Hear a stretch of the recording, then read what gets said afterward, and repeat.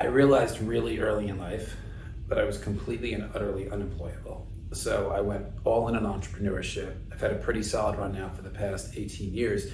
And I've also worked with a lot of people that are in early stage. And I've worked with people that unfortunately saw their dreams just completely crash and burn before their eyes, and it was very painful for them. And I've seen other people that turn their dream into a really meaningful reality. And when you look at both of these extremes, the consistent on the ones that made it a reality were they identified three things. The first was they were hyper clear on who their customer was. Because the one that failed, they just never really knew who their customer was. They didn't know what motivated them to buy, to refer, to use. They weren't really in tune with the actual inefficiency or problem in their life. They weren't really sure of what was going to motivate them to actually spend money on a solution. So they were just constantly in guess mode. And eventually, when you're just guessing, you're going to just run out of money. So if you're not clear on your customer, you really need to slow down before you speed up. And this comes from someone who's just always go, but I'm not go unless I know who my customer is, because I never want to market into an abyss.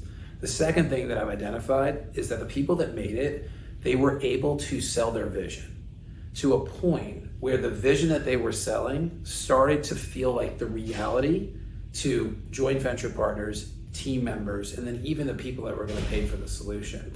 They had the gift of being able to, what I call, tangibilize a vision, make it real, make it palatable, make it something that like people were thinking about. I always talk about the best thing that you can do is have a vision that's so invigorating that people go home at night and they're talking about it at dinner with their significant other and they're dreaming about it at night. Like, that's how real it is. So the first thing is you have to know your customer. If you don't know your customer, you need to slow down before you speed up. The second thing I've seen is that the companies that made it, they had a founder or somebody on that team that could really sell the vision to the point where the vision became the reality. And then the third thing, and this is an area that I've struggled with quite a bit, is you have to attract people that are dominant in their flame. They're just dominant.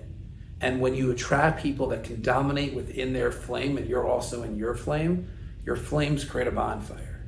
And you don't need a lot of people, but you need a few people that are just dominant in their flame, and they are so committed to staying in that lane and taking ownership, taking responsibility over the outcome within that flame. And whenever they need to flex into somebody else's, they're there to support, but they're dominant within their flame. And then you create a bonfire as a result. So those are the three things. It's the fact that if you don't know your customer, you have absolutely no shot. If you can't sell the vision to the point where it feels real, unfortunately, you're not going to build enough momentum and not get enough people around you. And the third is you need talent that is just dominant in their flame so that you can stay in your flame, and together you create a freaking bonfire.